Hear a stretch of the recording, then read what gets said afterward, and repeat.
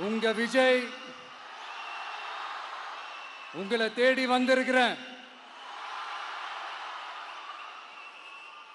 இந்நேரம் திமுக கையில் அந்த முழு பவரும் இருந்திருந்தா, இந்நேரம் ஸ்டாலின் சார் கையில் அந்த முழு பவரும் இருந்திருந்தா கண்டிப்பா இந்த நிகழ்ச்சி நடந்திருக்காது. ஏதாவது ஒரு முட்டுக்கட்டையை போட்டு நம்மளை வரவிடாம பண்ணியிருப்பார். ஆனா இப்பதான் அவர் ஒரு அதிகாரம் இல்லாத ஒரு முதல்வரா அப்படியே இருக்காருல்ல, ஒரு கேர்டேக்கர் கவர்மெண்ட் சொல்லுவாங்க இந்த பீரியட. அப்படி இருக்கிறதுனாலயோ என்னமோ கொஞ்சம் ஈஸியா வர முடிஞ்சதுன்னு நினைக்கிறேன்.